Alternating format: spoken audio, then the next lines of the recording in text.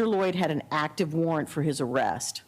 Orlando Police Lieutenant Debra Clayton attempted to take Mr. Loyd into custody on the information she received regarding Mr. Loyd's involvement in the Dixon homicide, when it is alleged Mr. Loyd shot and killed Lieutenant Clayton following an exchange of gunfire, before fleeing the Walmart and eventually being apprehended about a week later. Mr. Loyd's trial for the killing of Sade Dixon and her unborn child began on September 27, 2019, and concluded on October 23, 2019. Mr. Loyd was convicted and sentenced to life without the possibility of parole. This last paragraph I just read to you about Ms. Dixon's murder and the murder, she was pregnant at the time, and her unborn child. That information cannot be used by you in any way, shape, or form to determine whether or not he's guilty of these charges. It's a separate case. So we're going to be talking to you about your ability to put that aside, and we will have some questions about that relating to the death penalty, but we'll get to that in just a few minutes. So right now, as a group, what I want to ask you, and if you'll please just raise your paddles as an answer. Once I call out your number, you can put your paddle down. How many of you have heard about this case prior to today? All right, from panel 2, I have jurors 42 and 56. From panel number 6, I have jurors 39, 41, 42. You can put them down as soon as I call your number, 56, 60. And from panel 7, I have 1, 6, 11, and 13. Anybody in the back row? 24. 18 and 24. Is that it? All right. For those of you who raised your paddles, how many of you have formed an opinion, just raise your paddles again, have formed an opinion as to Mr. Loyd's guilt?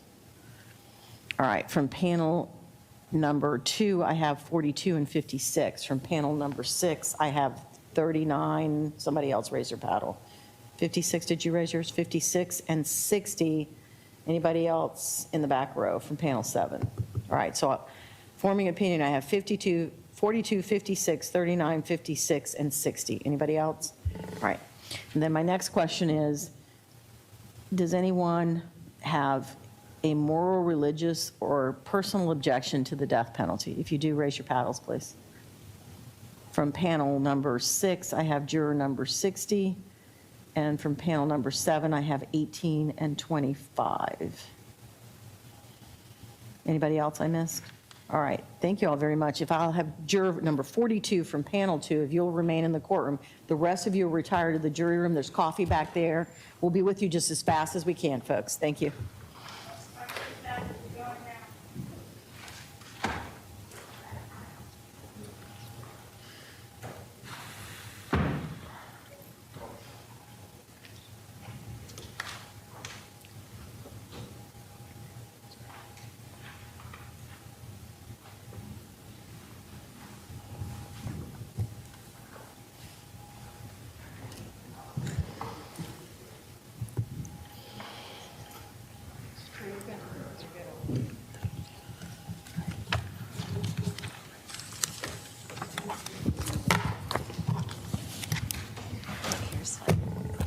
Yes, please.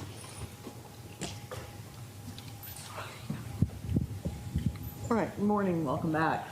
Thank you. All right, I just want to confirm, you're juror 355? Yes, ma'am. Is that correct? All right.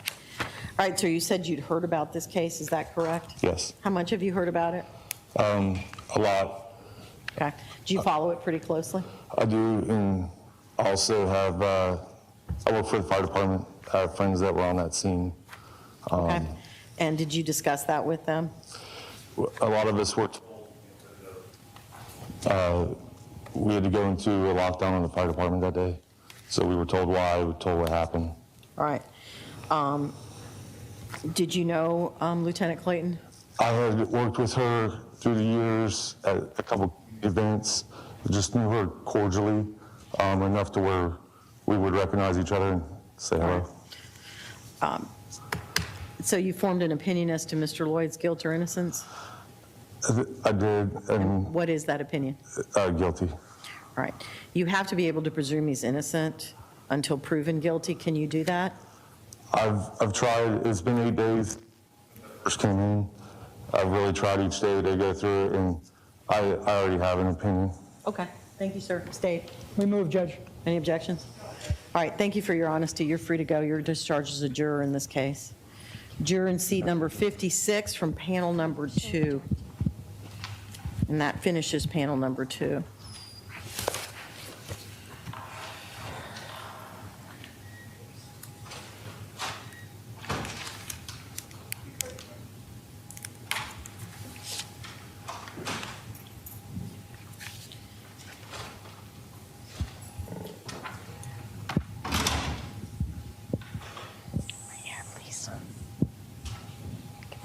Morning. Good morning, sir. Welcome back. Good morning. I just have a few questions for you. Let me Okay. start with, you indicated that you knew a lot about this case. Is that correct? How much did you follow? Okay. So have you followed it from the beginning to now, or? Not in the last bit, Okay. All right, did you form an opinion as to Mr. Lloyd's guilt or innocence? And what is that opinion? All right. You must be able to presume that Mr. Lloyd is innocent in order to sit as a juror in this case. You're smiling at me. Do you believe you can do that, or do you can't put aside your feelings? State. We move, Your Honor. All right, thank you, sir. We appreciate your honesty. You are free to go. You're discharged as a juror in this case. Thank you. All right. Moving on to panel 6. Oh, Lord. Juror in seat number 39, please.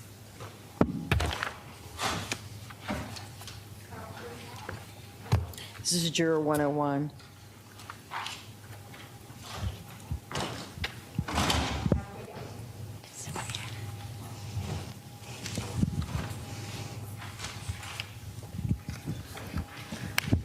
Good morning, ma'am. How are you? Good. Okay. I know this isn't the most comfortable situation in the world for you, but try to relax. I'm just going to ask you a few questions.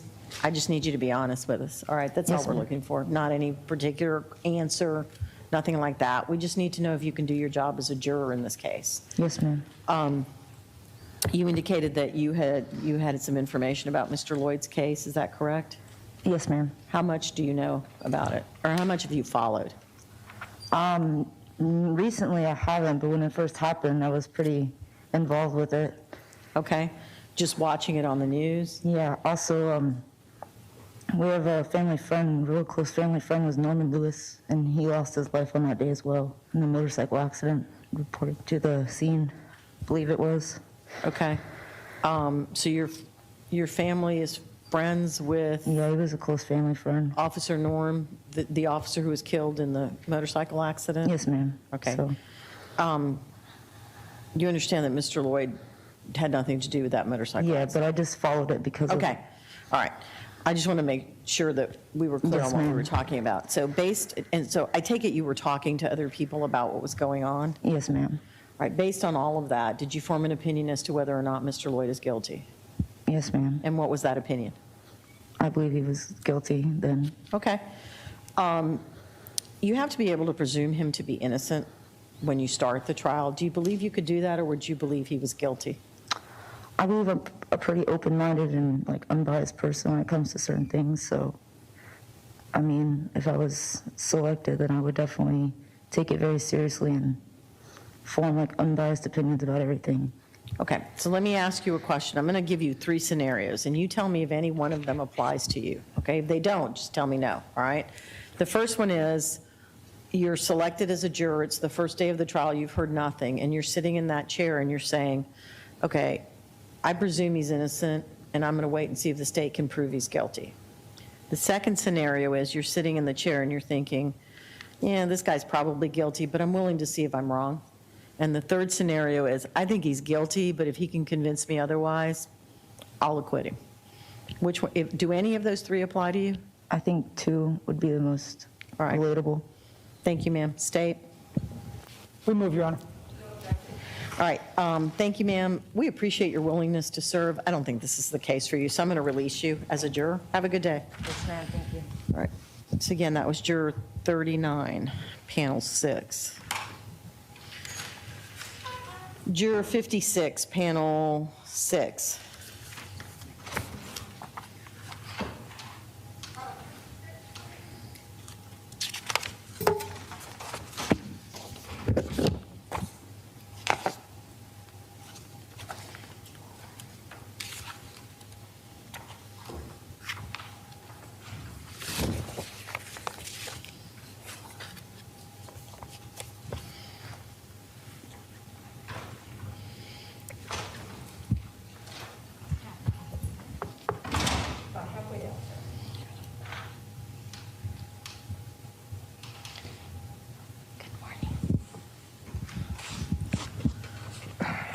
Good morning, sir. How are you?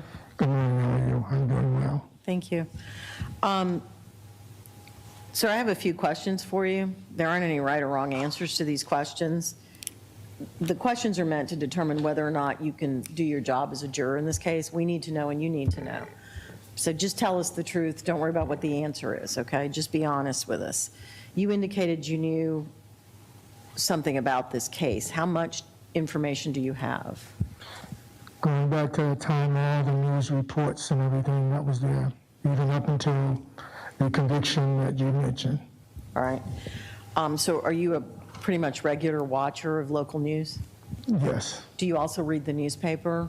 yes, How about the internet, Facebook? yes, yes, So you got information from all of that? yes, And were you talking to other folks about it, family, friends, coworkers? yes, So based on all of that, did you form an opinion as to whether or not Mr. Loyd is guilty?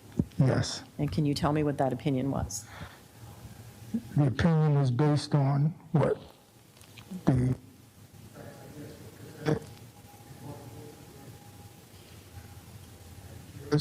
and the news that I heard, yes, that brought me to my decision And what is your decision? that he's guilty. All right. In order to be able to sit as a juror, you have to be able to presume Mr. Loyd to be innocent until and if the state proves he's guilty. Do you believe that you can do that, sir, or would you start the trial assuming he was guilty? I cannot do that. All right. Thank you, sir. State. We move, Your Honor. All right. Thank you, sir. You are excused. We appreciate your honesty. You're free to go. This Thank isn't the you. case for you. Thank you. Juror in seat number 60, panel 6.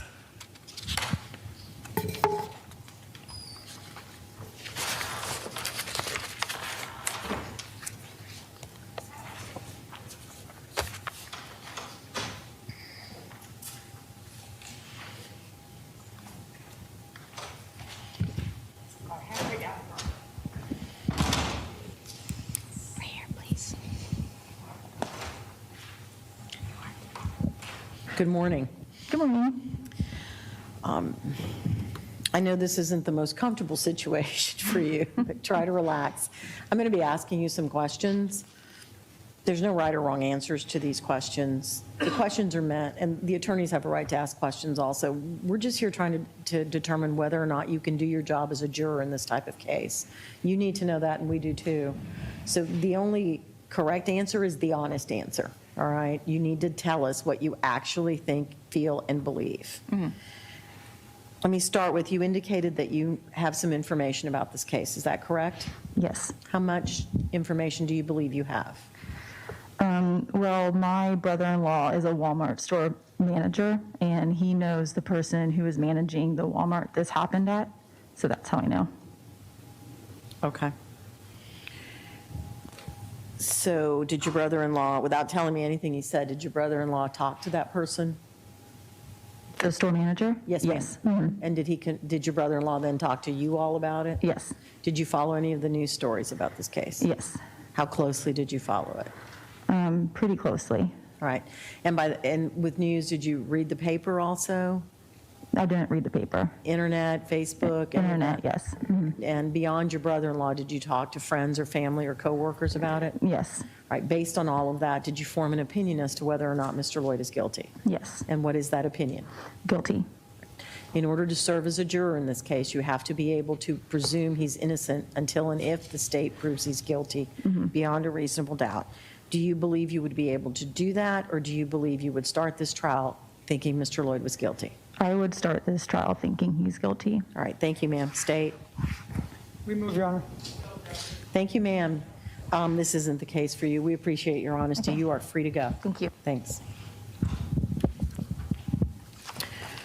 All right, I'm returning to panel 6, juror, and I only have 2 left, so I'm going to call juror in seat 41, please. Sorry, Greg. Juror in seat 41, panel 6.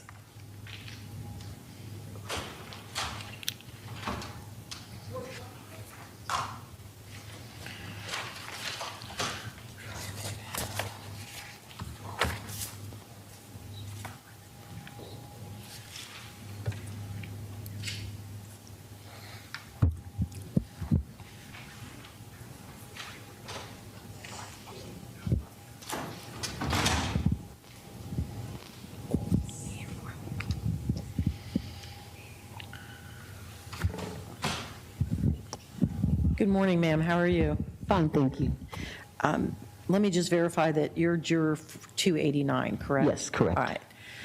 I have a few questions for you, then the attorneys will probably have some questions for you. Okay. There aren't any right or wrong answers to these questions. The reason we're asking them is to try and determine whether you can do your job as a juror in this type of case. We need to know that, and you need to know that. Yes. All right? So the only thing that we ask is that you tell us the truth, and Sure. you just answer the question that you're asked. Sure. And hopefully we can get you out of that oh-so-comfortable mask in just a little bit. All right. All right, let me start with, you indicated that you'd heard something about this case, is that correct? Correct. Can you tell me what you've heard? That there was a shooting and the death of a sheriff. I don't watch the news. I just know that that was a big talk. So a were couple you of years hearing it ago. from family, friends, coworkers? Co-workers. Coworkers? All right. Do you remember anything, well, let me clarify. So you didn't actually see it on the news, you just heard it from other people. Correct. Do you remember what they said? That a guy had shot his girlfriend and then was in a store and shot a sheriff in cold blood, is what I remember them saying. All right. Did you discuss it with them, or? No, I just said, oh my God, that's terrible, and that was it. Did you ever read any stories about it? No, we don't get the paper, and I don't watch the local news. So based on what you heard, did you form any opinions about Mr. Loyd's guilt or innocence at that time?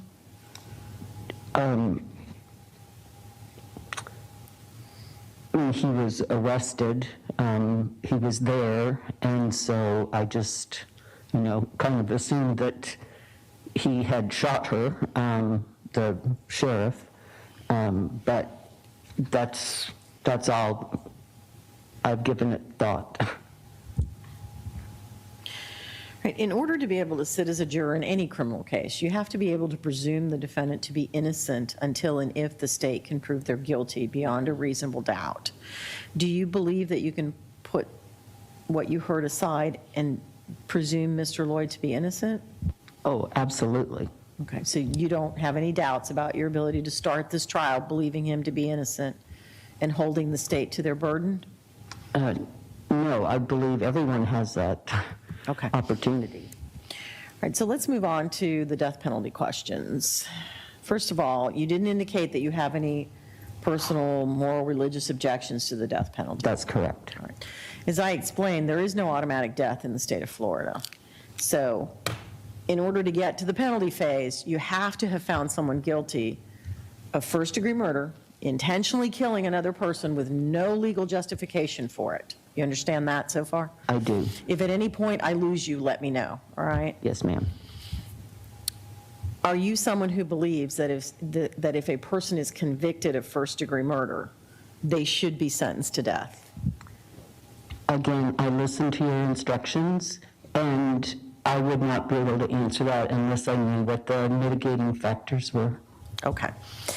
Is the fact that this is a law enforcement officer, the person who died was a law enforcement officer, a police officer, would that change your answer in any way? It does. There's more weight because it was an law enforcement officer. So that would weigh on my decision. Right. So let me ask the question another way. Okay. Sitting, and don't let me put words in your mouth, because I'm not trying to, Okay. all right? Trying to ask the question as neutrally as possible. Sitting here, having heard nothing, is the fact that it would be first-degree murder of a law enforcement officer. You haven't heard any mitigators, you haven't heard any aggravators, that's just all you've heard. Would your vote automatically be for death just because it's a law Oh, enforcement officer? no. Okay. Same question as to the prior murder conviction for Ms. Dixon and the unborn child. Just hearing that, would that cause you to say, if I convict him of first-degree murder, I'm voting for death? No. All right. You heard me describe the process to you of weighing aggravators and mitigators. Do you believe that is something that you could do with an open mind? Yes. Can you listen to the evidence if we get to a penalty phase, can you listen to the evidence, wait till the end, hear everything, aggravators, mitigators, without closing your mind to what you're hearing, and then go in the jury room, deliberate, and reach a vote? Yes. If that process of weighing and listening led you to believe that life without parole was the appropriate sentence, could you vote for that? Yes. And if that process led you to believe that death was the appropriate sentence, could you vote for that? Yes. Then lastly, I want to ask you about the insanity defense. I told you Mr. Loyd's raised it. They're burdened to prove it in the guilt phase, but assume that you've heard all the evidence in the guilt phase, and at the end of it, you are convinced that he was insane at the time this occurred. Would you be able to return a verdict of not guilty by reason of insanity?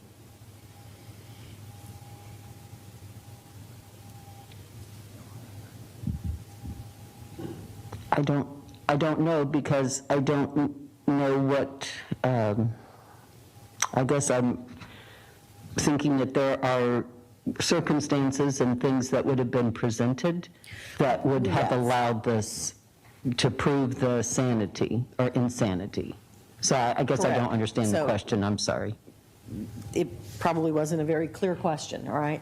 You're in the guilt phase of the trial. You're trying to decide whether or not Mr. Loyd is guilty. States put on all their evidence on. The defense has put on all their evidence, including their evidence of insanity. At the end of it, assume you believe all of that, and you are convinced, based on their evidence, that he was insane at the time of the offense. Would you be able to vote not guilty by reason of insanity? You're saying if they proved it? Correct. Yes. All right. And then the last question I need to ask you is, the prior murder involving Ms. Dixon and her unborn child, can you put that out of your mind when trying to decide guilt? In this case, they're two separate cases. Yes. All right, thank you, ma'am. I don't have any other questions for you, but I believe the attorneys might. Mr. Williams, you may inquire. Thank you, Your Honor. Good morning, ma'am. Good morning. So I was looking at your juror questionnaire that you Yes. filled out, and it seems to me that you made a relatively significant career change from your prior employment to your current one. Yes. Can I just ask generally why that was, or what prompted that? Yes. I was living in Gainesville, and my father came down with Parkinson's, and so we moved back here so I could take care of him. And so a teaching opportunity came up, and I started teaching, and it allowed me to be close to home and take care of him and so forth. So, and then I just fell in love with it, so I've stayed teaching. Yes, ma'am. Okay, thank you for letting me know that. Your questionnaire also indicates that you previously served as a juror. I have. How long ago, or how many times? I think 2 times. All right. How long ago was the most recent? I don't know, maybe 4 or 5 years ago? All right. Was it here in Orange County or in Gainesville? No, it was in Orange County. All right. What was the nature of the case? Was it civil or criminal? I believe it was civil. It was a gentleman, I think he was a felon and he had a gun. That would be criminal. Oh, okay. To know the answer to that. Without telling me what it was, did you and your other jurors deliberate and reach a verdict? We did. Were you the foreperson? No, I wasn't. The other time that you were a juror, how long ago was that? That was probably 8 years ago. Also in Orange County, or was that Gainesville? Orange County. Right? Was it criminal or civil? You can tell me what it was about, maybe I He can help was, you. the person was found with marijuana in the car, and before we were selected, but before we even went to trial, they settled out of court. Okay, understood. Anything about your experience in either one of those cases, particularly the second one or the more recent one, that you think left a bad taste in your mouth about being a juror in a criminal case? No, there was just times when, I felt like people weren't giving all the options at first and kind of just rushing into decisions without kind of just talking. So. I'm picking up what you're putting down. So were you all able to resolve that? Yes, I spoke up and said something. So even if you weren't the foreperson, you took the way I'm hearing you say it, a vocal role in the decision-making process. I did. Okay. Any concerns about doing that, or did you feel good about doing that? No, I did. I felt like it was the only fair thing to do. Yes, ma'am.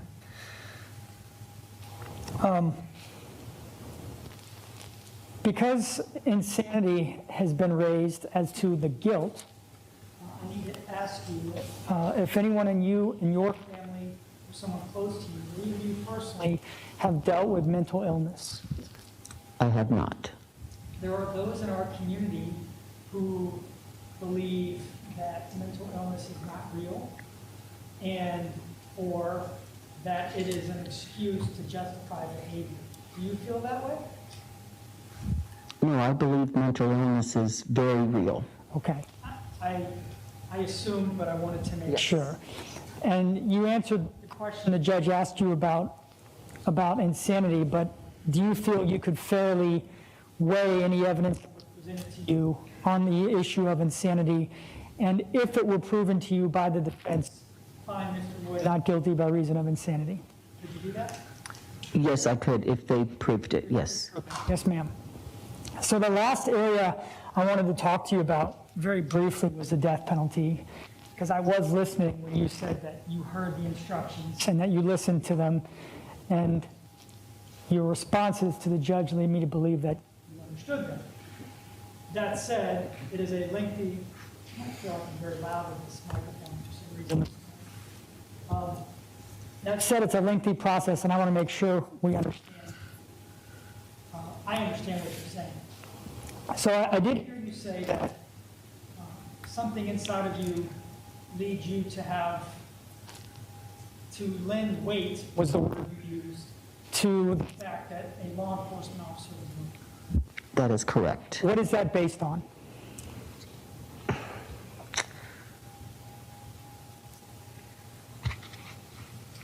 I guess just my sense of security and knowing that law enforcement is our first line of defense. Okay. If we don't defend them, or, if there's nothing significant about their death, Yes, ma'am. yes, so I guess it's just something I've grown up with. Okay, and I wasn't trying to be rude, but I can't remember everything you say, so I try to take notes every now and then. I was listening. So I heard you tell the judge that you would not automatically impose a sentence of death or vote to impose a sentence of death just because it was law enforcement. Can I hear you say that? That's correct. And I think I heard you say that the reason was because you would want to weigh the mitigating circumstances. That's correct. The fact that the victim is a law enforcement officer is in fact a statutory aggravator in the state of Florida. So it is one of those things that if it's proven beyond a reasonable doubt that you can consider it, right? But what I've heard you say is that that would not automatically lead to a vote for a sentence of death. For you. It would not automatically lead. Correct, because I have to hear the mitigating. Right, yes, ma'am. And this part is confusing, and I want to make sure that you understand. I think I heard you say that you could set aside Mr. Loyd's conviction of the prior crime when determining whether or not he's guilty, right? That's correct. I'm telling you that the fact that he's been convicted of that crime is an aggravator in the state of Florida. So you would be asked to consider it, not forget about it, to consider it if selected as a juror and making a decision in the penalty phase. Does that make sense? Yes. How much weight you give it would be up to you, just like with everything else. Nonetheless, could you set it aside for purposes of the guilt phase? Could you not consider it when determining whether or not Mr. Loyd is guilty? I guess now I'm confused about the, So it is confusing because All you're, right, let me step in here, ma'am. All right.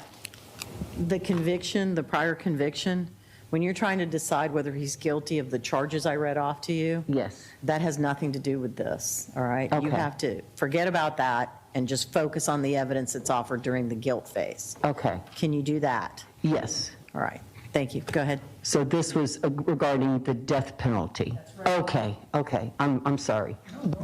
like I told you, it's not an easy thing. We're asking you to forget about it for one thing and consider I it. remember it, okay, yes, Okay. yes. You referenced the mitigating circumstances, and the defense would have the opportunity to present evidence to you of anything in Mr. Loyd's life or background or experiences that they believe are reasons why a life sentence is more appropriate than a death sentence. Okay, You would have the obligation, as you've referenced, to give it meaningful consideration. You don't have to agree with it. You may decide it doesn't deserve much weight. Well, you may decide it's very weighty, but you have to meaningfully consider it. So if they were to present evidence of the fact that he had experienced racism in his life, would you be able to give that meaningful consideration? yes, Or that he had a difficult upbringing or abuse, would you be able to consider that as mitigation? yes. Okay. Is there anything in your life or background or experience that you think we should know about you, given that we're trying to select the most fair and impartial jury in this case that we haven't discussed? So, for example, sometimes people say, you know, my loved one was the victim of a homicide 10 years ago, and I just can't get that out of my head. Usually, if there is something, is there anything like that for you? No. Okay. Thank you very much, ma'am. Thank you, Your Mr. Honor. Williams. Ms. Miller, you may inquire.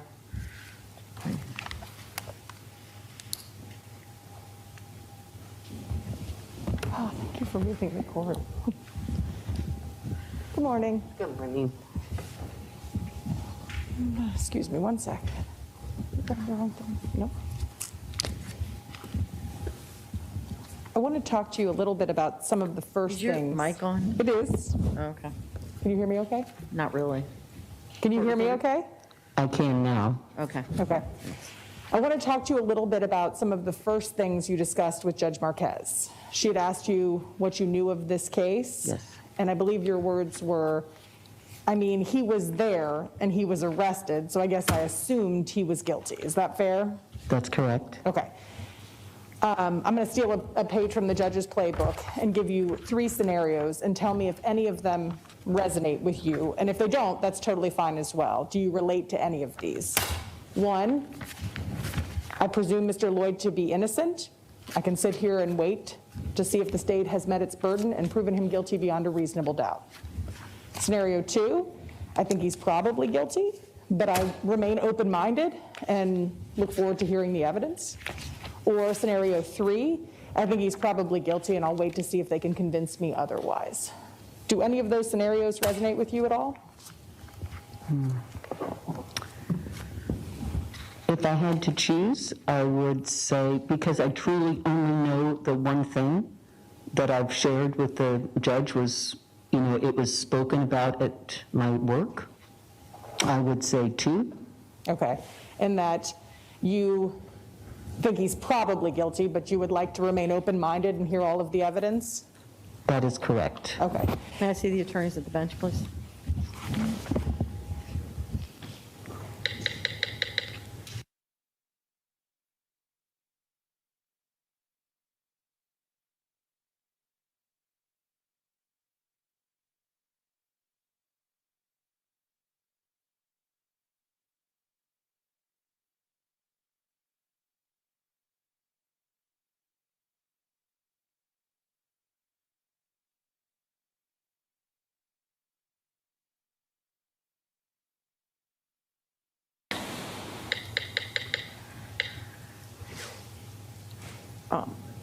Ma'am, I want to thank you on behalf of all of us for your service and your willingness to serve. It's hard to find folks who are willing to serve on these cases.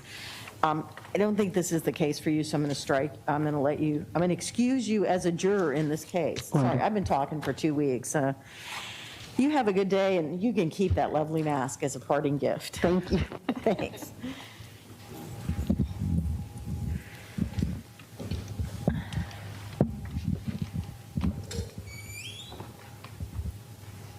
Juror in seat 42, please. This is panel 6. This is the final juror from panel 6.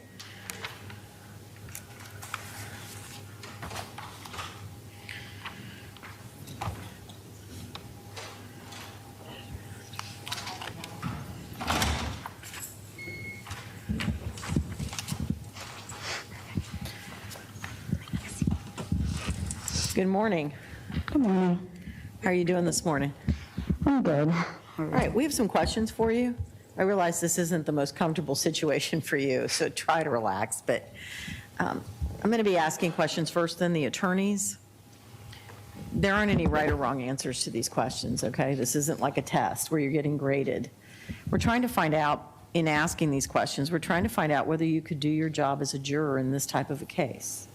You know, follow the law, put aside your personal opinions, that sort of thing. We need to know that, and you need to know that. So the only thing that we ask is that you be completely honest with us and not worry about what the answer is, okay? The correct answer is the truth, whatever it is you believe or feel. So let me start with, you said you know something about this case? Yeah, I mean, I've heard it around, but I haven't really, like, looked into it. Okay, so tell me what you've heard. Just that someone shot and killed a cop, executioner style, and then that was about it. Like, I didn't get any names or... So you didn't hear any names? No. But what made you assume that what you heard is this case? I mean, they sounded similar, so I just decided just in case. Okay. And did you hear this on the news? Did you hear it from other people? Read it on Facebook? Where'd you get it? I heard it from a friend whose mom is in the corrections facility, I think. I'm not really sure. All right. What else did that friend tell you? That was about it. All right. So based on what she told you, did you make any assumptions about whether or not Mr. Loyd is guilty? No.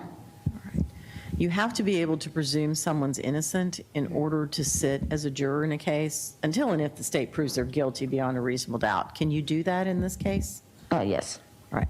You didn't indicate to me that you had any objections to the death penalty. Is that correct? Yeah.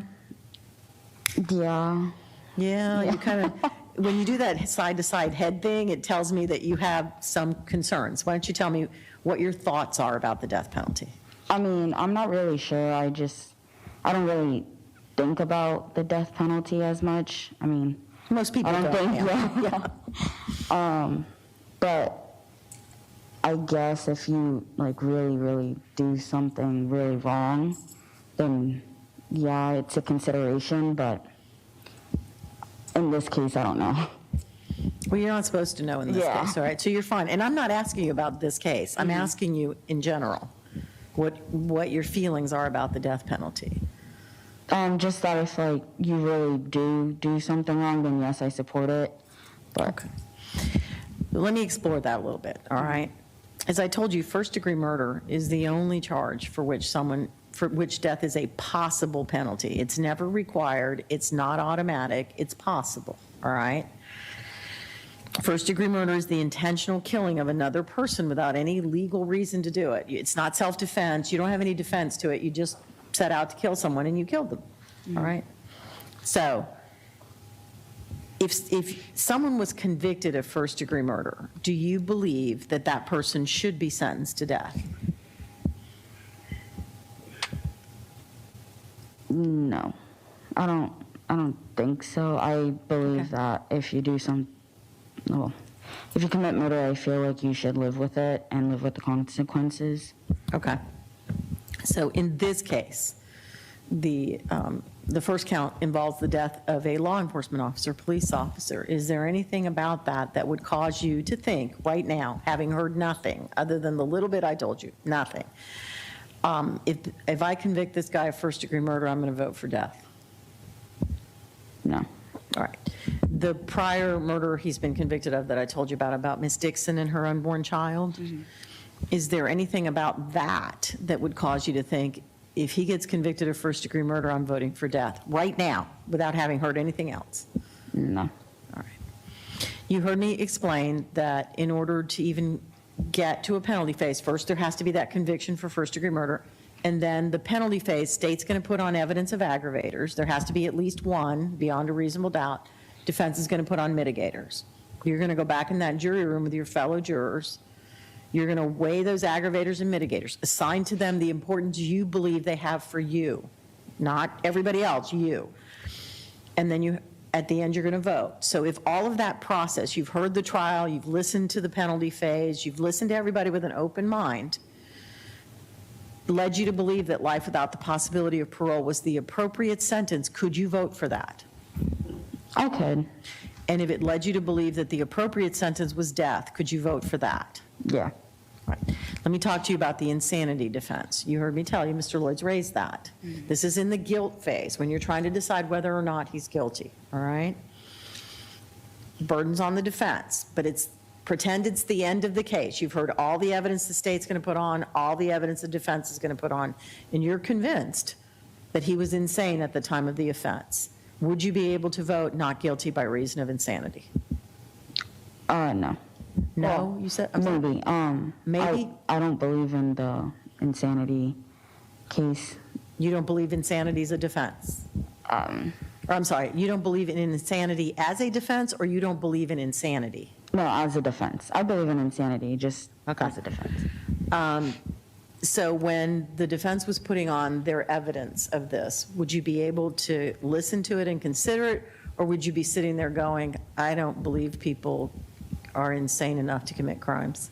I would listen to all of the evidence with an open mind. All right, so what did you mean by I don't believe in insanity? As in, like, I'll listen and see if I can get persuaded the other way, but as of right now, I'm, in general, I believe that everyone always knows what they're doing.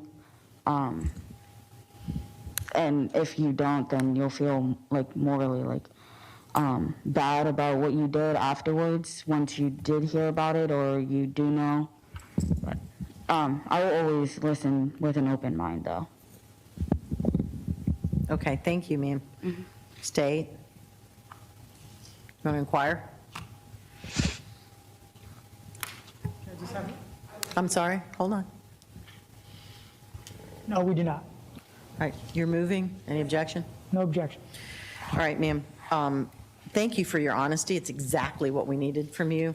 I don't believe this is the case for you, so we're going to excuse you from this case. You're free to go. Thank you. Thanks. All right, next up is panel 7.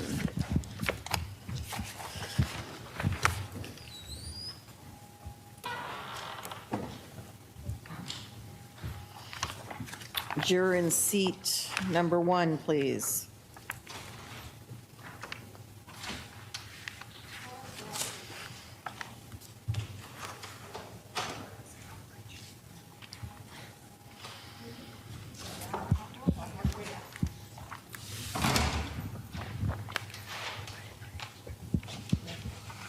Morning. Good morning, how are you? Hey, ma'am, thank you. All right, oh, you remembered the instructions from the first one. So let me start by asking you, do you have any issues that would make it really difficult for you to be sequestered for 2 to 3 weeks. All right.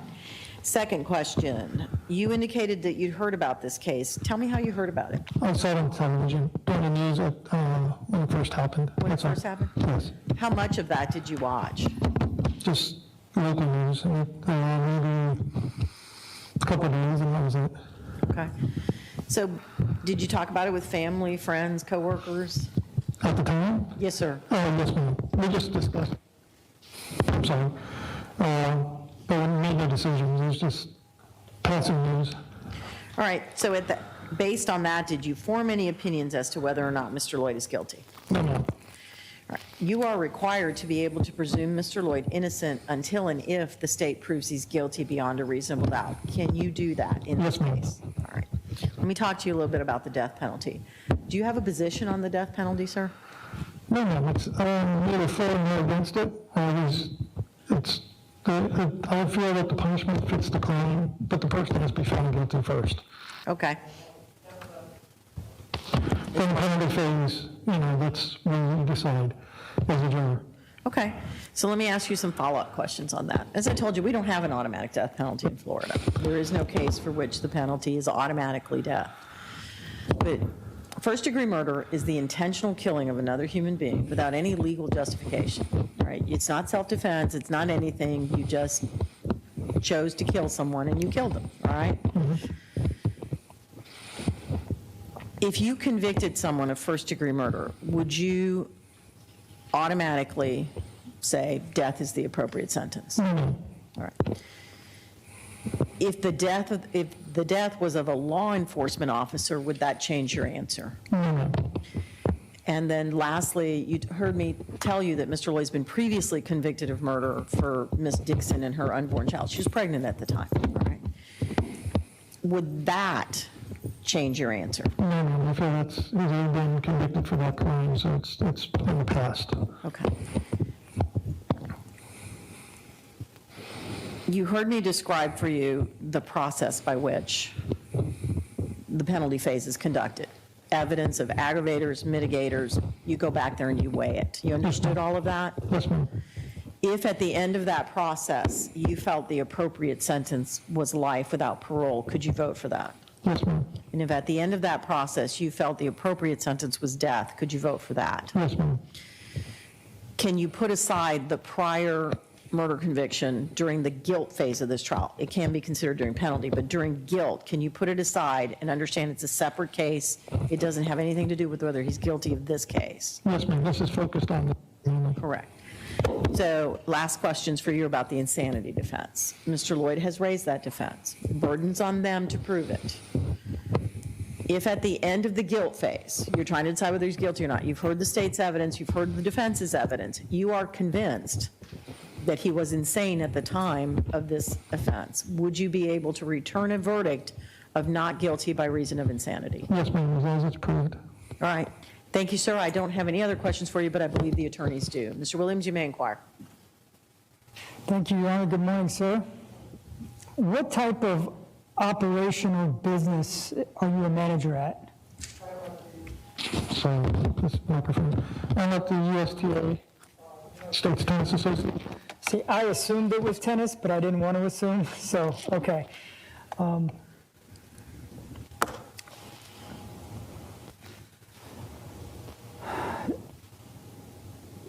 Do you have an opinion on the death penalty generally? Because I know you've been talking about no objections, you're not favor or against it, but just when somebody raises that topic, not to comment on your age, but you're not 20, so you've been around long enough to know that this has come up. Right. And I was in the military as well, sir, so I understand, under UCMJ and everything else, that the death penalty does exist. But I still feel that a person's innocent until proven guilty, and if the penalty fits the crime, then it should be considered. You referenced UMCJ, Uniform Code of Military Justice. Did you play some role in the legal process? No, sir. I just was active duty, so you have to know that. You knew what you could do and not do what the Yes, sir. consequences were. Okay. So as you sit here, is it a fair statement that you're not in favor or against a penalty of death generally? Correct. But you think it's appropriate in certain circumstances? Yes, sir, as long as it's proven. Right, as long as it's proven. Okay.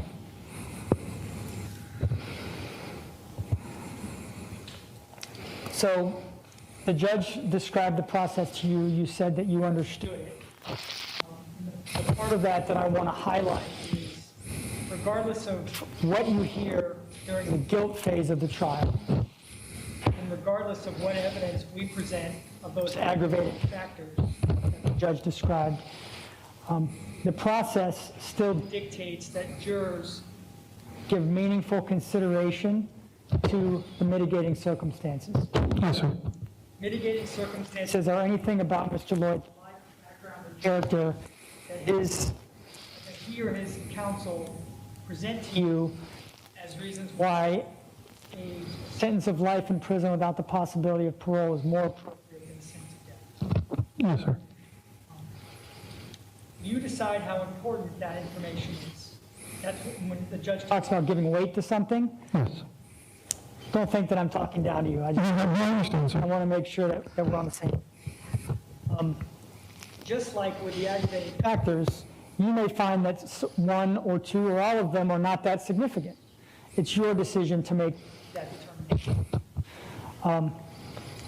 But when it comes to the mitigating circumstances, you have to be willing to give meaningful consideration. So if the defense were to present evidence of the fact that racism played a role in Mr. Loyd's life or background, could you meaningfully consider that? If that's what they are mitigating, yes, I would take consideration, yes. Right. If they were to present evidence that he had a difficult childhood or upbringing, regardless of how much weight you eventually gave it, a lot or a little, would you meaningfully consider? Yes, I'd have to consider all their mitigations, just as I would consider. Okay, yes, sir. Well, you say that, but not everyone feels the same. So that's why we ask the questions. Because the defense of insanity has been raised as to his guilt, I need to ask if you or anyone close to you have dealt with mental illness. No. There are those in our society or community who believe that mental illness is not a real thing and that it is used often as an excuse or justification. Do you feel that way? No, sir, there are evidence out there. So I take that response to mean that you understand it's real and you could meaningfully consider any defense that were proven to you. Is there anything in your life or background experiences that you think we should know about you, given that we're trying to select the most fair and impartial jury, the jury pool that you were prior military? Anything else like that that you think we should know? No, sir, I'm just An operation background. May I ask which branch? And how long? 20 years. 20 years. You retired? Yes, sir. Thank you for letting me know. Thank you for your service. No further questions. Thank you, Your Honor. Thank you, Mr. Williams. Ms. Miller, you may inquire.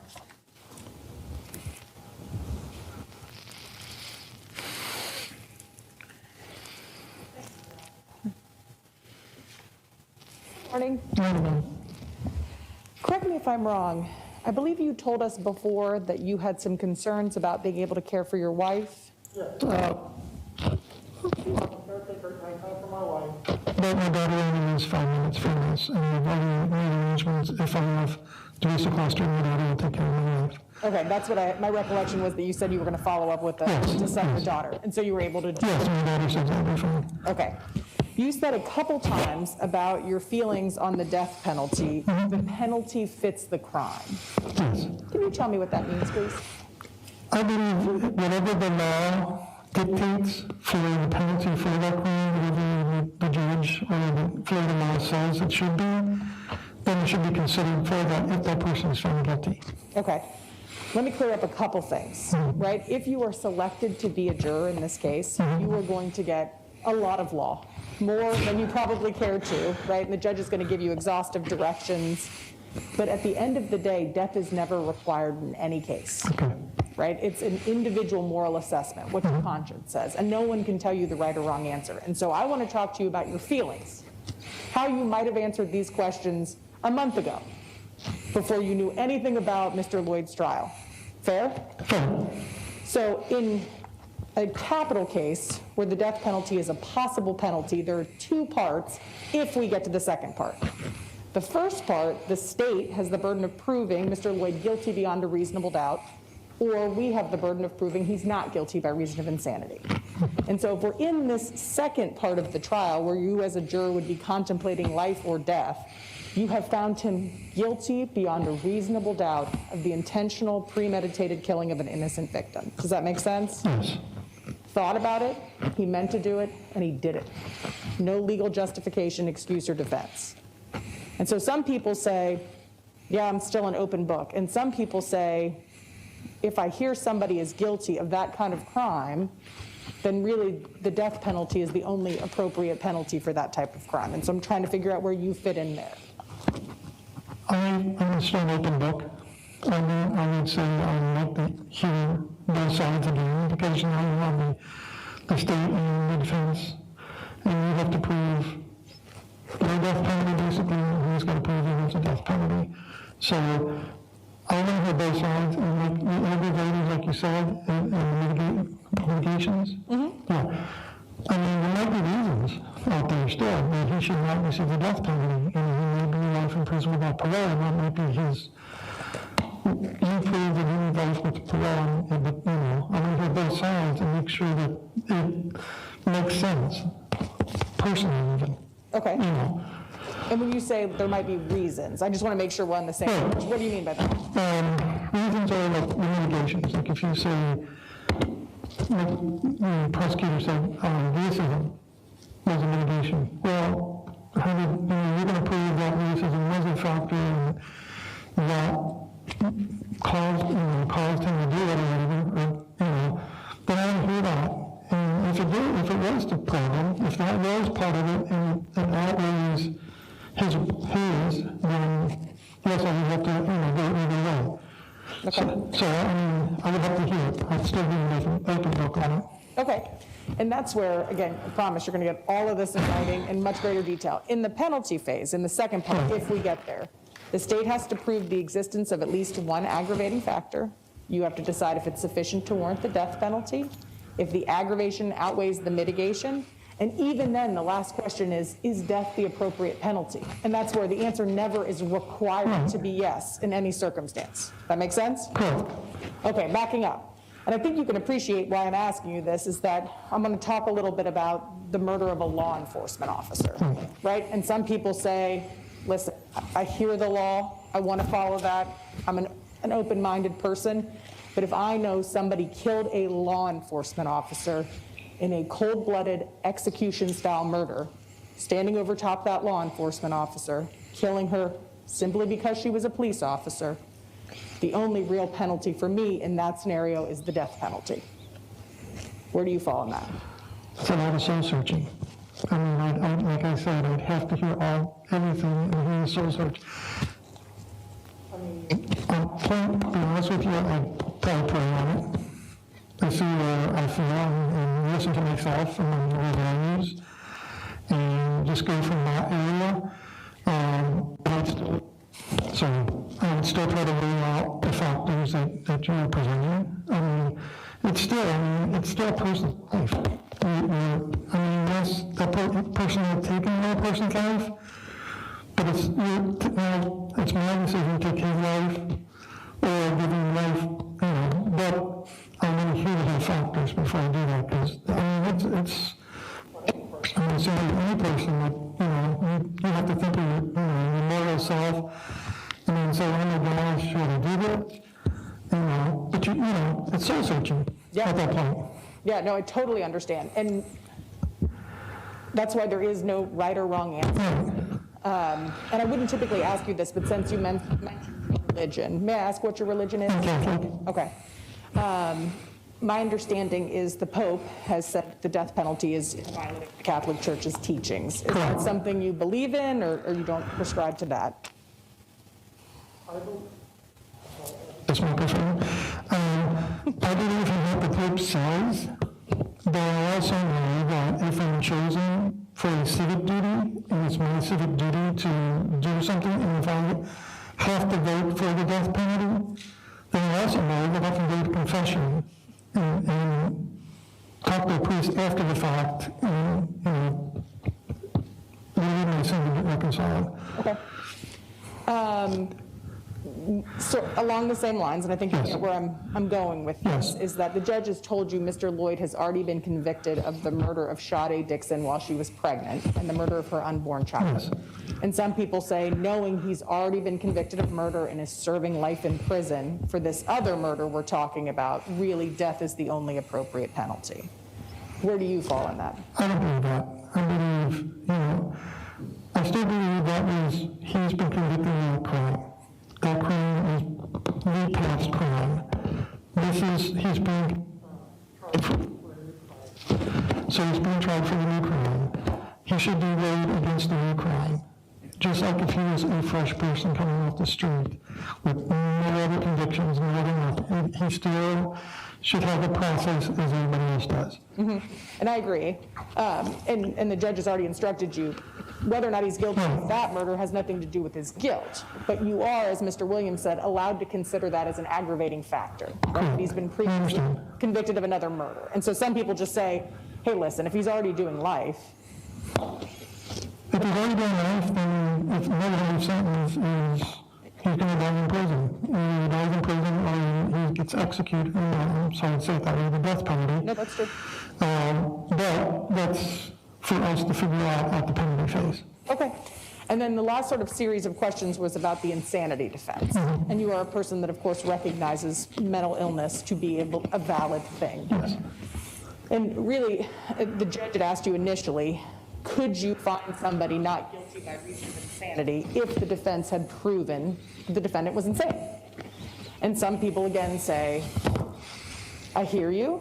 I believe mental illness is a real thing, but I am not going to be able to find somebody not guilty if the crime is the murder of a police officer in a cold-blooded execution-style manner. Where do you fall on that? I still believe mental illness is an illness.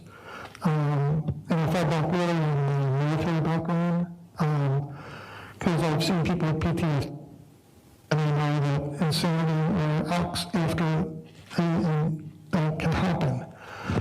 I never knew anybody personally, but when you first get out, you have termination, and they talk to you about different things. But I do believe if it's proven insane, and that's your job to prove that basically, then it's a factor. It's how I have to think another time to back my mind. I even think how this person is mentally ill. He probably didn't know what he was doing. That's the easiest way to say it. Right. I mean, that's what overly simplifying insanity is, did not know right from wrong. Yes. And you don't have any issue with that, given the nature of the case. No.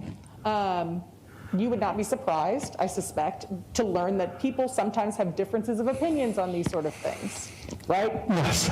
And that's totally okay. The law contemplates that, and that's why the judge says, you guys can talk about it, but at the end of the day, only you get to decide. And that's for you to prove. And that's the whole thing. If you prove it, then it's a factor. If you don't, then it's not a factor. Right. That's all you have to think about it, openly. Yep, and I'm changing topics just a little. So insanity, the state has to prove beyond a reasonable doubt Mr. Loyd's guilt, and then and that's first part of the trial. And the second part, same. They have to prove beyond a reasonable doubt the existence of at least one aggravating factor. Insanity is a much lesser standard. It's called clear and convincing evidence. And the same with mitigation in the second part of that trial. It's by the greater weight of the evidence, more likely than not. And so that's why I just want to talk to you a little bit about mitigation generally. It doesn't have to be unanimous. It can be unique to each individual juror, and it can be even something seemingly small, like a smile that one juror observes between a defendant and a family member. And that juror says, I saw that, and I'm going to assign that the weight of life, and I'm not giving a death penalty today. And that's okay. With me? Yes. Okay?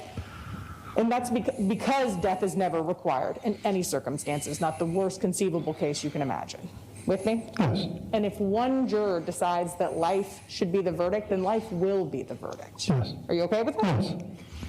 Sometimes folks can get a little contentious in the back, right? Strong opinions, strong feelings. You would certainly never badger or bully anybody to changing his or her opinion to agree with you. No, ma'am. And you would never expect anybody to do that to you. No, ma'am, because that's their opinion. Right.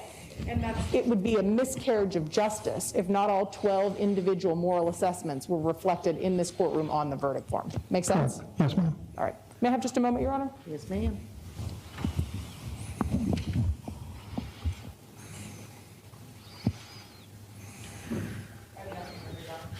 Either side need to approach? No, Your Honor. All right, sir. We're going to send you through to the last round of questioning. And what that means is a couple of things. First of all, I don't know what the date of that's going to be because I don't have enough people to set a date yet. So we're going to change your color dot. If you'll give the deputy your badge, please.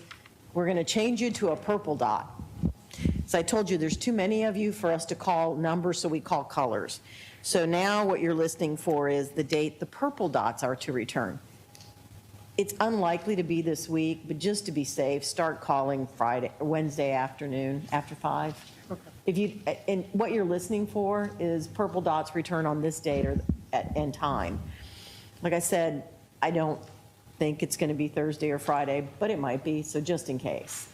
The day you come back, that is final questioning. We are going to pick the jury that day, and we're going to sequester the jury that day. So you need to have packed your suitcase. Just leave it in your car. If you need it, we'll go get it. If not, no worries. We're giving you a packet that includes a slip with a phone number that you can call to find out when you're supposed to come back. And it's got a sequestration package. It explains a lot more about being sequestered, gives you a suggested list of things to bring. And lastly, we have a letter for your employer telling them that you're being called back for another round. Do you have any questions? No, ma'am. Thank you so much for coming in today. We appreciate your time. You're excused for now. We'll see you next time. Thank you, ma'am. Thanks. Have a good day.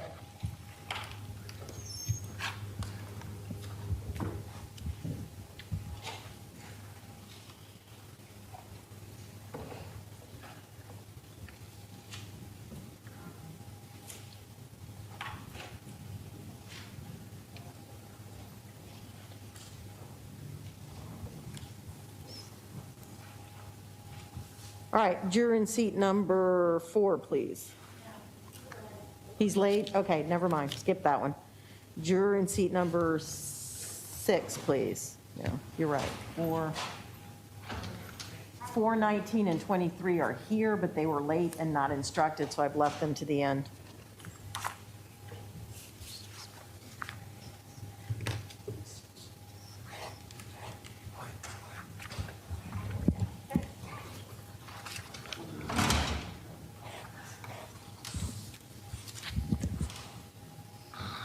Yes, please. Good, sir. Have a seat, yes, sir.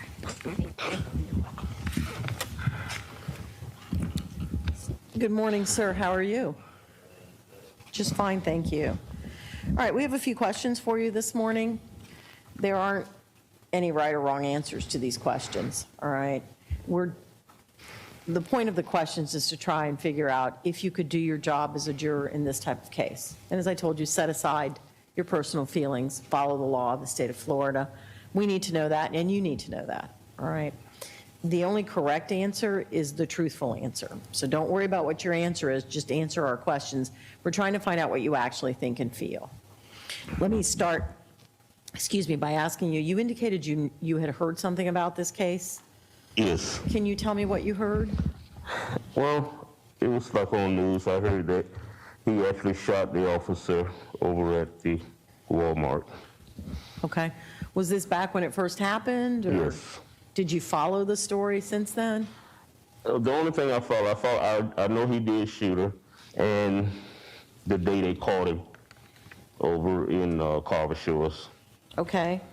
Did you follow anything about that? Other than they caught him and he was wounded, I did find that out. But other than that, no. Is there anything about, I'm sorry, were you also talking to friends or neighbors or coworkers about it? I mean, yes, we spoke, most of the people in the neighborhood do speak about it, yes. Sure. Do they still talk about it?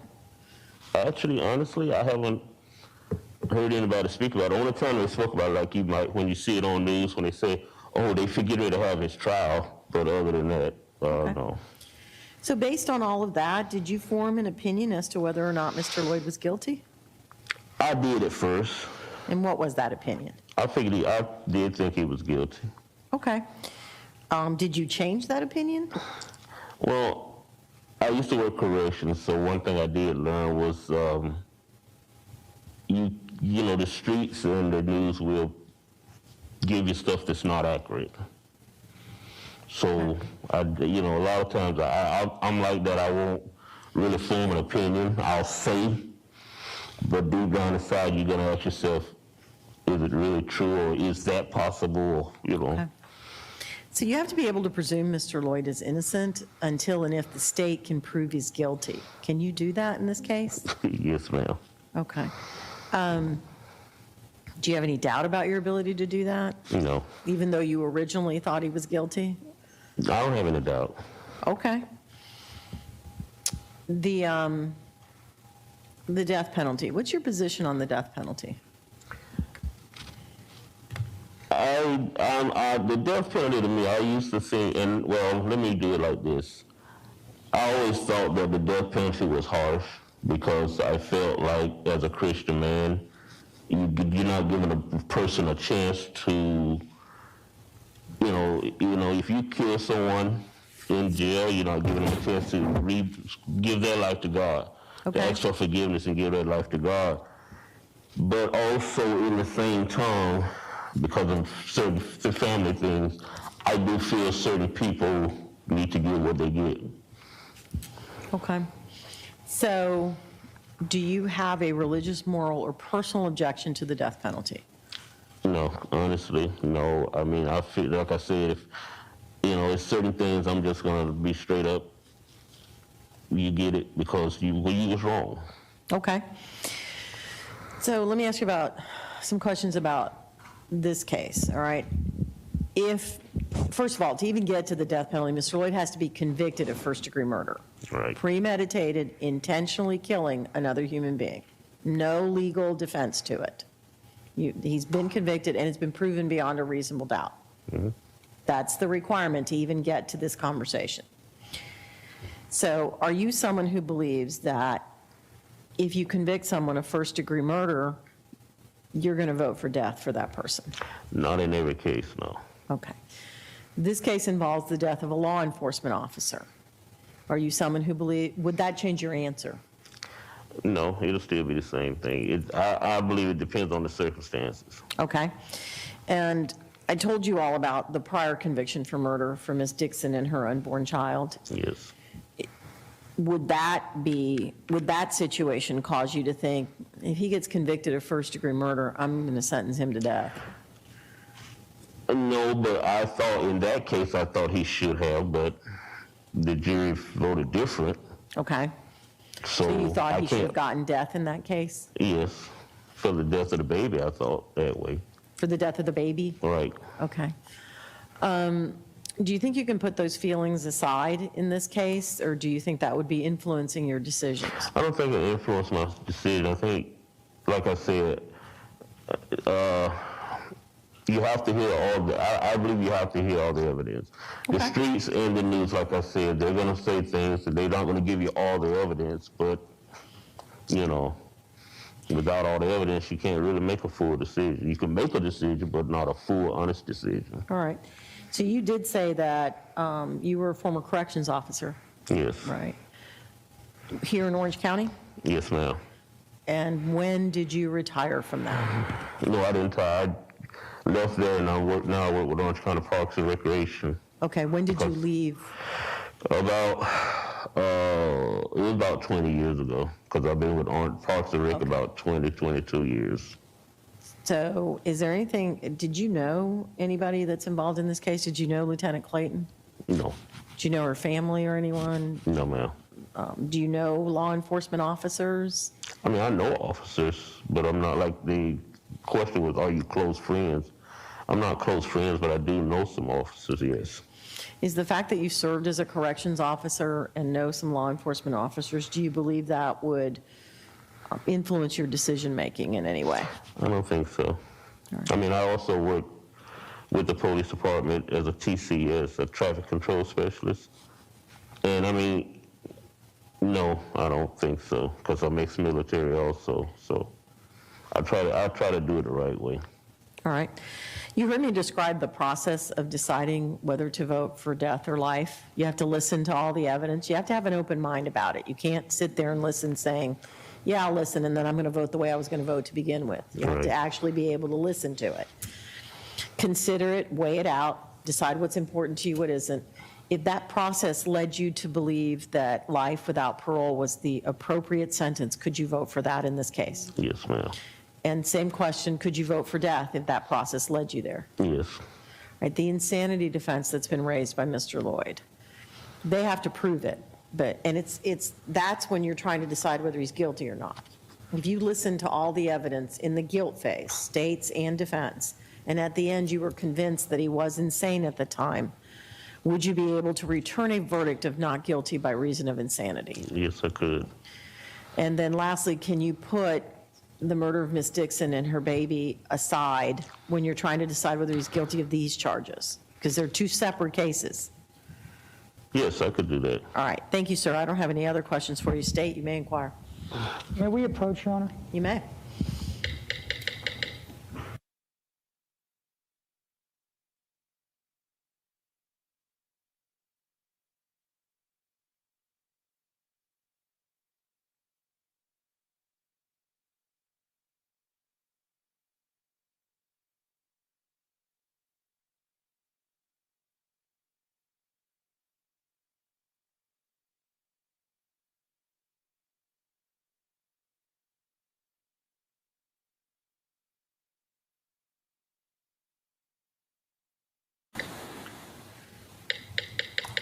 All right, sir. We appreciate your time. I'm sorry. Okay, I haven't forgotten in days. This was the first time. We appreciate your time and attention. This probably isn't the case for you, so I'm going to excuse you as a juror in this case. You have a great day. Thank you. Ma'am. You too.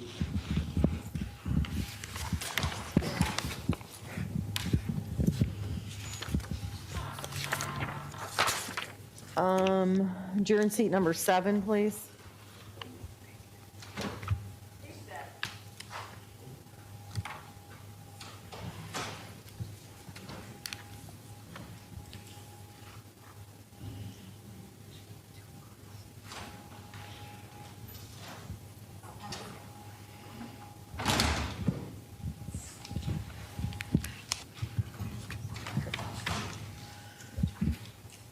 Good morning. How are you? Good. I have some questions for you, and then the attorneys are going to have some questions for you. There aren't any right or wrong answers to this. The point of these questions is to determine whether or not you can do your job as a juror in these cases, all right? We need to know it, and you need to know it. The only correct answer is the truth. You need to tell us exactly how you feel and what you think. Don't worry about what the answer is, okay? Now, to confirm, you've never heard anything about this case, is that correct? Yeah, I haven't. Okay.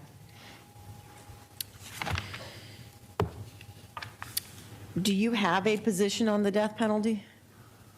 No, not really. I don't really care about it. Okay. Are you someone who has any kind of religious, moral, or personal objections to death? I mean, my mom doesn't like it. Okay. And have you and she talked about it? Yeah, but I don't really care about it. What do you mean by I don't care about it? I mean, I don't like killing people, so I don't think we should kill people.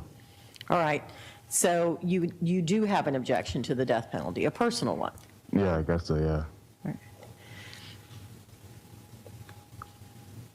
Is your objection so seated that you could never vote for death, regardless of what the law or the facts, the evidence, any of it?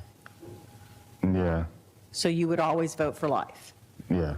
All right, thank you. State. We move, Your Honor. Any objection? Sure. All right, this isn't the case for you, but we appreciate you coming in. You're free to go. Thank you.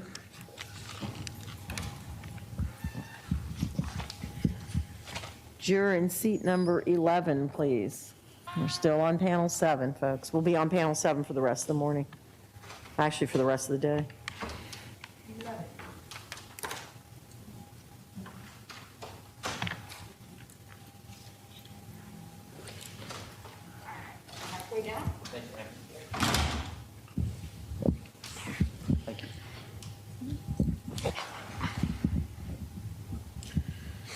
Good morning, sir. How are you?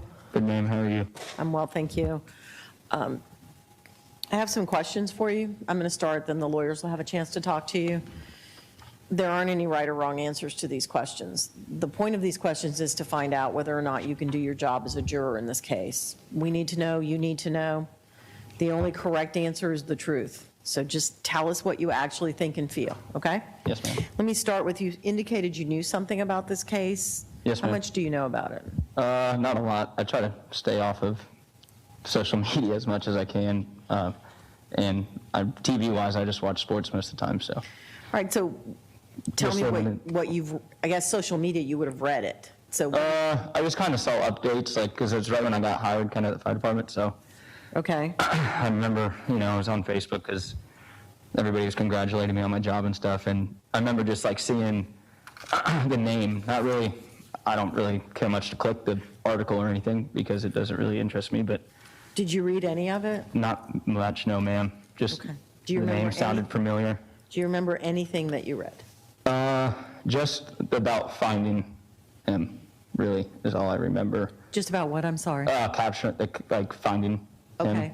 What do you remember about that? Just like on like the news, breaking news, somebody has been found, Okay. really. Based on what you heard, or also, I'm sorry, did friends and family or coworkers talk about it with you? No, ma'am, not really. All right. Based on what you heard, is there anything, did you form an opinion about Mr. Loyd being guilty or not? I don't know anything really about each side of the story or what happened, so I wouldn't be able to say I formed an opinion. All right. I noticed that you work for the fire department, Yes, ma'am. so I'm going to assume you have a lot of contact with law enforcement. I do, but not really locally, I would say. I don't even really hang out with any of them that work at my city, but I know some that work in the city where I work. I don't hang out with or off Okay? shift hang out with it. Is there anything about your contact with law enforcement that would impede your ability to be fair and impartial? Not to my knowledge, no, ma'am. All right. So let me ask you about the death penalty. You didn't indicate you have any moral or personal or religious objections to it, is that correct? Yes, ma'am. How do you feel about the death penalty?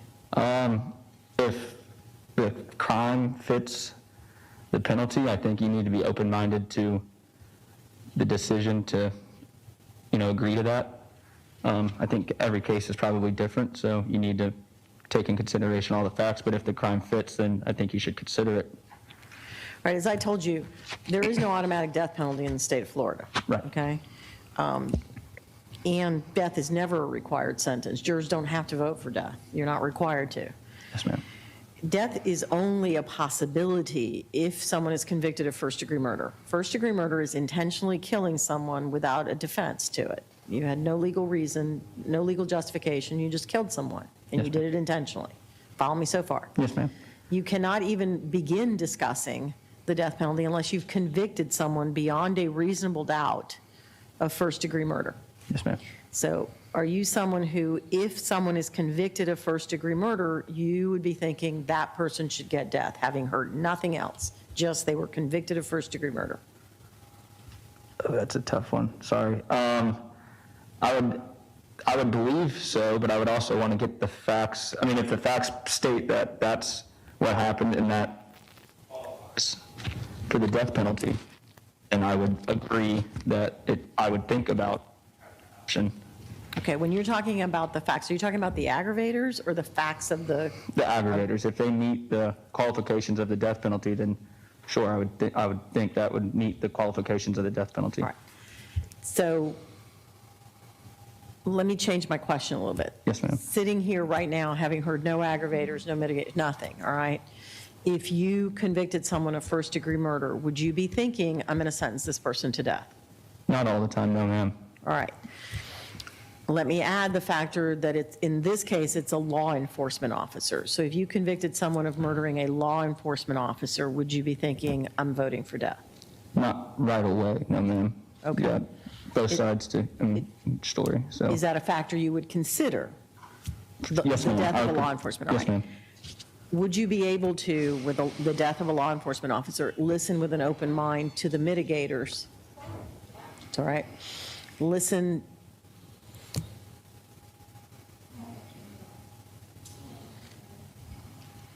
It's all right. It's a nice break in the morning.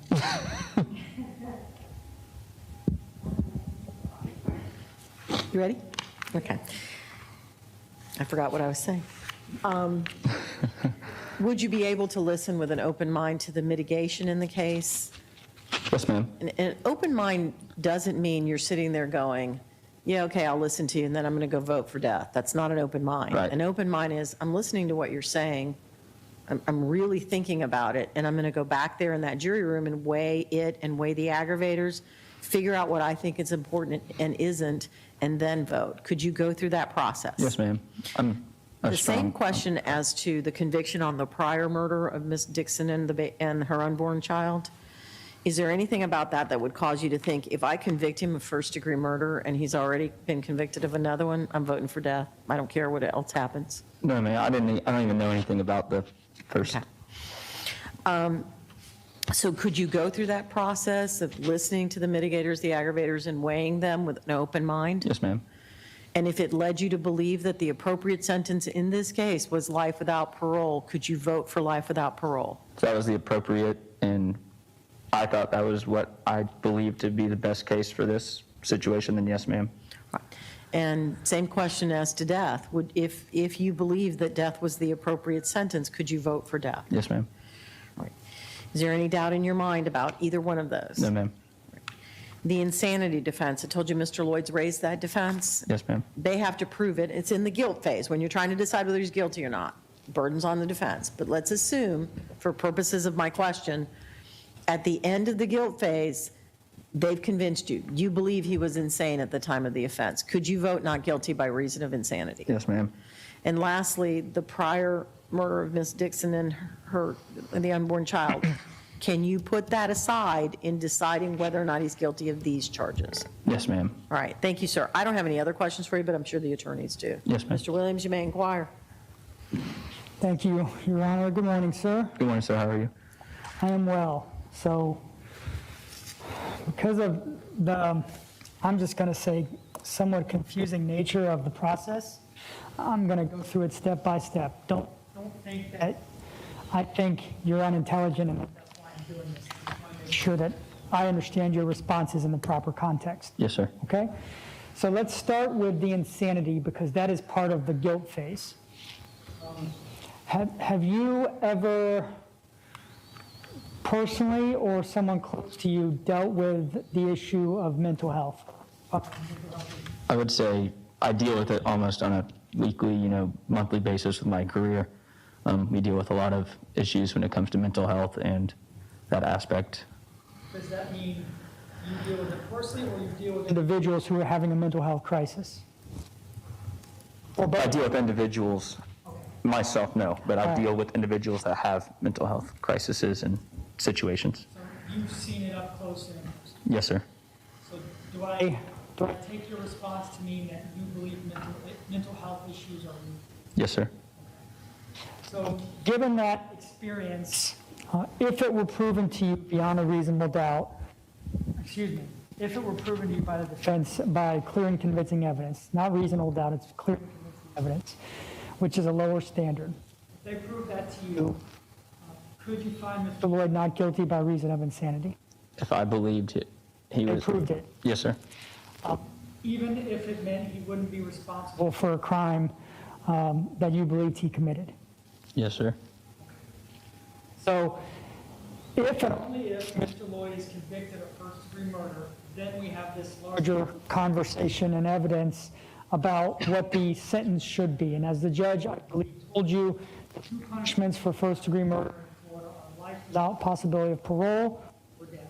Yes, sir. We would present evidence of aggravating factors, and those are things just like this. Things about the nature of the victim or how the crime was committed that make a first-degree murder, this one, above and beyond a first-degree murder that lacks those aggravators. Yes, sir. Make sense? Yes, sir.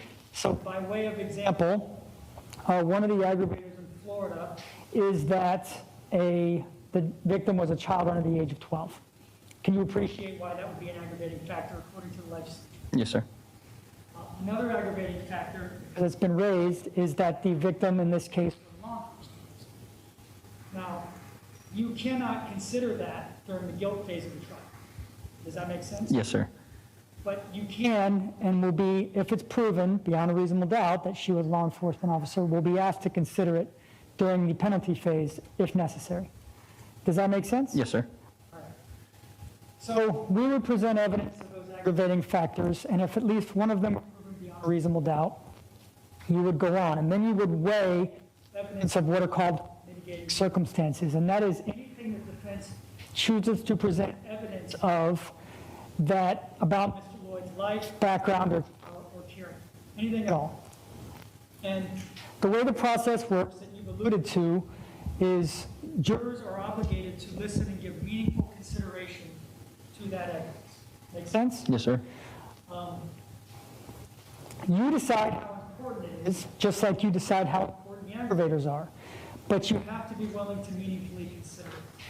Can you do that? Yes, sir. I And believe. more importantly, can you give meaningful consideration to the mitigating circumstances prior to making a decision as to whether death is appropriate? Yes, sir. What I'm really asking is, even if you find that the aggravators are proven and that you think they're very important, would you still be willing to consider the mitigation? Yes, sir. So again, by way of example, if the defense were to present evidence to you that Mr. Loyd experienced the effects of racism in his life as a mitigating factor, would you be willing to consider that? Yes, sir. Or that he had a very difficult childhood or even suffered abuse during his childhood, would you be willing to consider that Sure. Yes, sir. prior to making any decision on the death penalty? Yes, sir. All right. Anything about that process that, as I've described it to this point, that you don't understand? No, sir. If we proved at least one aggravating factor beyond a reasonable doubt, and after listening to the mitigating circumstances, you would weigh the aggravating factors against the mitigating circumstances.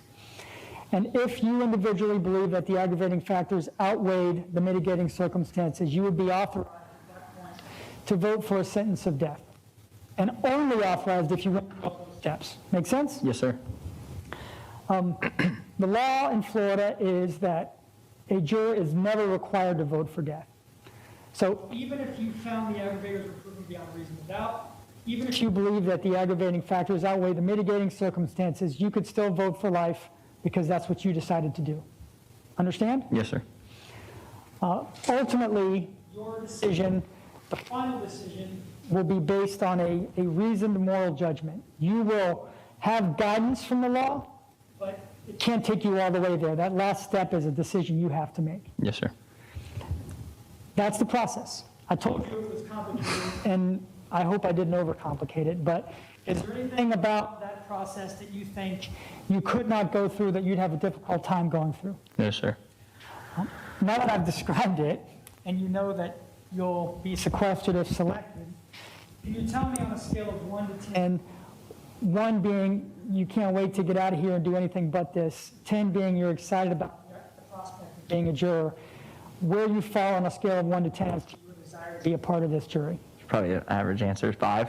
5, okay. No problem. Pretty in the middle.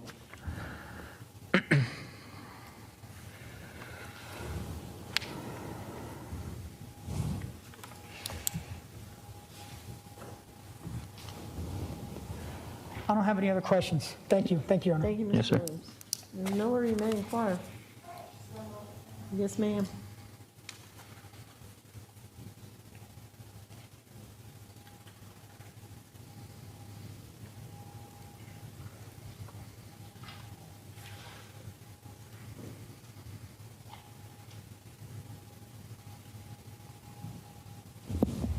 Hello. Hello, ma'am, how are you? Oh, I'm great. How are you? Good. Someone's laughing at me. I want to back up to the very beginning when the judge asked you what you knew about Mr. Loyd's case. Yes, ma'am. And I believe you said, that's what I was just trying to confirm in the transcript, something about being familiar with law enforcement finding him, Yes, which ma'am. I took to mean Mr. Loyd. Yes, ma'am. If you could tell me more about what you know, please. I just remember it was like a big ordeal, like people, saying, oh, they found him, they finally got him. That's pretty much, I just remember I heard that a lot, they found him, and I don't really pay much attention to the news and try to stay out of all that, so I was like, oh, okay, they found him, but that's about it. That's really all I really kind of knew about it. They found him, and it was a week. Well, judge said it was a week, so around that time, I remember it took a little bit of time. How about any of the circumstances of Mr. Loyd's arrest? Did you hear anything about that? No, ma'am. No. I know they found him. It was like a long process, I guess, process to find him, but I don't know really anything about it, how they found him or what they did to find him or Okay. anything along those lines. Did you see any videos from when he was arrested? No, ma'am. Okay. I want to skip to when the judge asked you about if somebody was found guilty of premeditated intentional killing of a law officer. Yes, ma'am. And she said, would you be thinking that that is automatically the appropriate penalty, right? Mm-hmm. So I want to talk to you just about your, not about the law, how you, juror, feel about this. Right. And you answered, that would be a tough one, after some hesitation, right? I believe I said no, but Right, but at first when the judge initially said, I want to talk to you about the intentional premeditated killing of an innocent victim, but now I want to talk to you about if that victim were a law enforcement officer. sure. And you initially said that would be a tough one to that question. Do you remember saying that? I do not, but okay. Okay. Tell me what your feelings are about somebody who's found guilty of the intentional premeditated killing of a law enforcement officer. Thought about it, meant to do it, and did it. And I want to talk to you about in an execution style, standing over the officer, killing her because she is a police officer. Mm-hmm. Is that something for you, that death is the automatically appropriate penalty? If they are found guilty for that and they did that, I would have to consider it, yes, ma'am. Sure, you would have to consider it. And I think you can appreciate why I'm asking this, right? And there are no, I promise, there are no right or wrong answers. We're just truly trying to get at how you feel. Is some people say, if I find somebody guilty of that crime, they get the death penalty. Right. Right? And I just know for myself that I'm not going to be able to consider like the effects of racism on somebody who committed that crime. Right. So I want to know how you feel. Objection asked and answered. I'll allow him to answer this one question. Go ahead. You could answer that one. I'm sorry, can you repeat the question, please? Sure. So I think you can probably get where I'm going. That some people, if they hear about this type of crime, Okay. the execution style murder of a law enforcement officer in those circumstances, right? That they're going to think death is really the only appropriate penalty for that crime. I don't think I could consider like the effect of racism on somebody who committed that crime. And so I want to know how you feel. I think there's two sides to every story. You got to know the reason why the person did that, what was going through their head, what led up to that. I think there's a lot of, when you're making a decision about that and a decision about the consequences of an action, I think you have to think about a lot of things that go into that. You can't just take one thing, oh, they did this, this is how I feel, this is no matter what. I think you have to take in consideration of the facts leading up to why the person did what they did and, the thought process behind it. And I know it's premeditated, as in your case you said, but what was the reason for that? What led up to that? What made him think that way? So, I would think you would have to take in the facts before you can make a judgment call just to say, yep, that's what I feel. Sure. And I get that. As we sit trying to talk to you like as if you were a human a month before you knew anything about this case. If I just said, hey, how do you feel about somebody in these circumstances? Does that make sense? Right.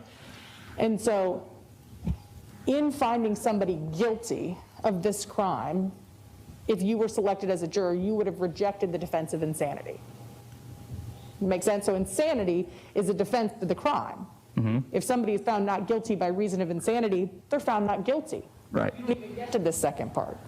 And so you talked a lot about what was going on in somebody's mind when he committed this type of crime, just wanted to do it without defense, excuse, or justification. And insanity is often, Objection.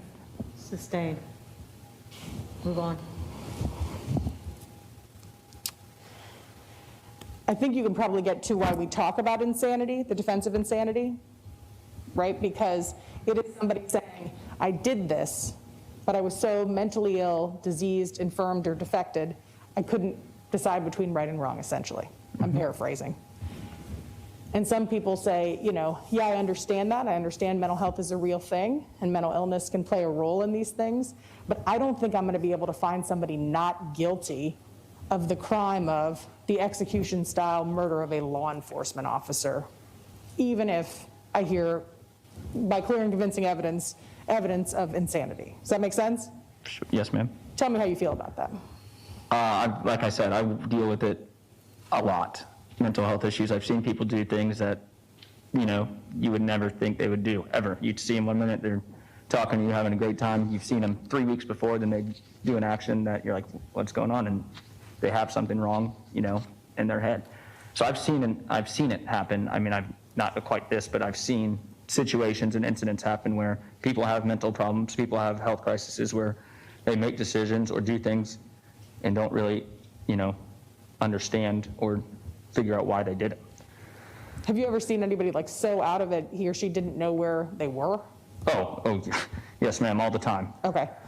Let alone what they were doing? All the time. Okay. So obviously that's something that you know how you would look for evidence of something like that. Yes, ma'am. Okay. You work for the Apopka Fire Department? Yes, ma'am. And so fair to say you talked about your city. The fire department in Apopka interacts with the Apopka Police Department. Sure. Yes, ma'am. So the question is, you know, why we ask about your role as a firefighter and your interaction with law enforcement is, do you think it would be tough if you found Mr. Loyd not guilty by reason of insanity to go back to the firehouse or to see your colleagues that are law enforcement and say, you know, they're going to know you're gone 3 weeks. So, Right. and that, yeah, I found this man not guilty of this crime. Is that going to be hard for you given your background? Personally, the fire station, it's a brotherhood. It's a second family. No matter what I do, they're going to support me. They're going to, you know, love me. I know it sounds cliche, but it's true. No, it's not. We spend a third of our lives together. So no matter what, they know process that, you know, they know if I'm gone for 3 weeks and they know what process I was in. They're not going to judge me, or I've already been through, you know, a lot. They're not going to judge me or come down on me, or, you know, they're going to open me with welcome arms. And it's just the way our fire department is. How about the second set of that questions? And that's lovely. Yeah. I don't want to undermine that.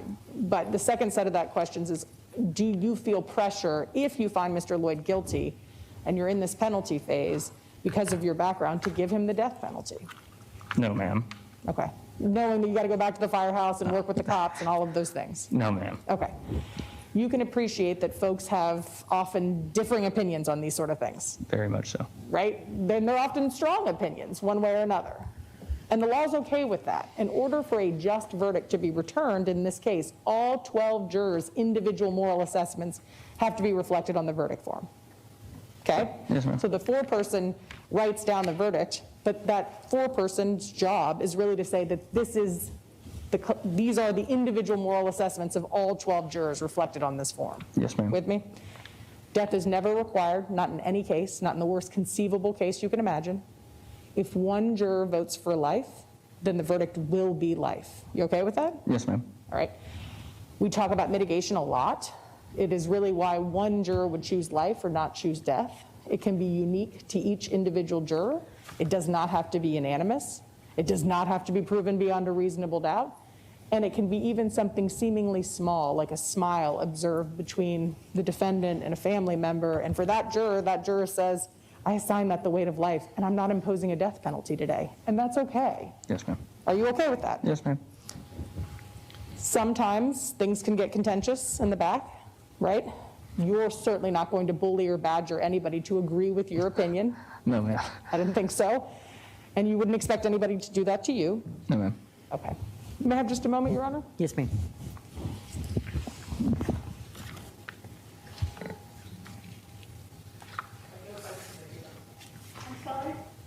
I'll see the attorneys at the bench.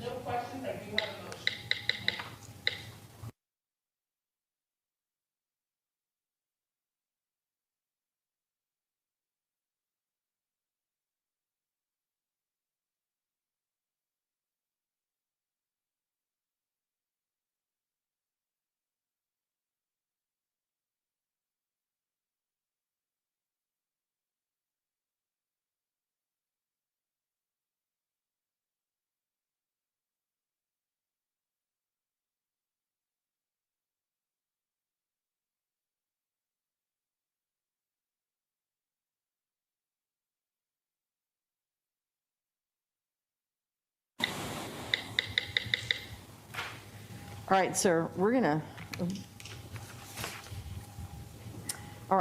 going to send you through to the final round of questioning in this case.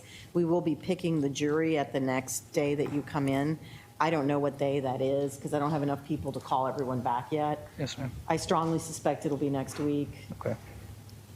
Just in case it's Thursday or Friday, we're going to give you a packet. You're going to need to start calling in.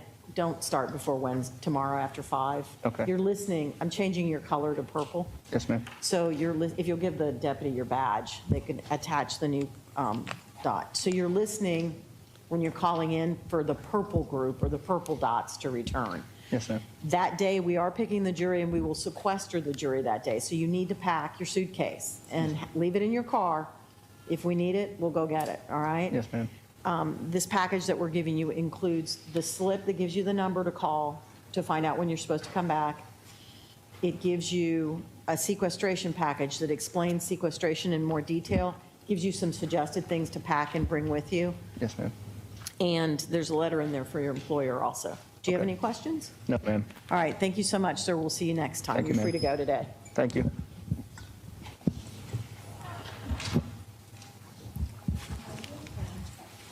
I'm sorry, what? Yeah, the real time, I was going to tell you, your real time has stopped. And this is a good time, since we're having a glitch, we're going to take a 10-minute break. We'll be back at 11:30, court's in recess.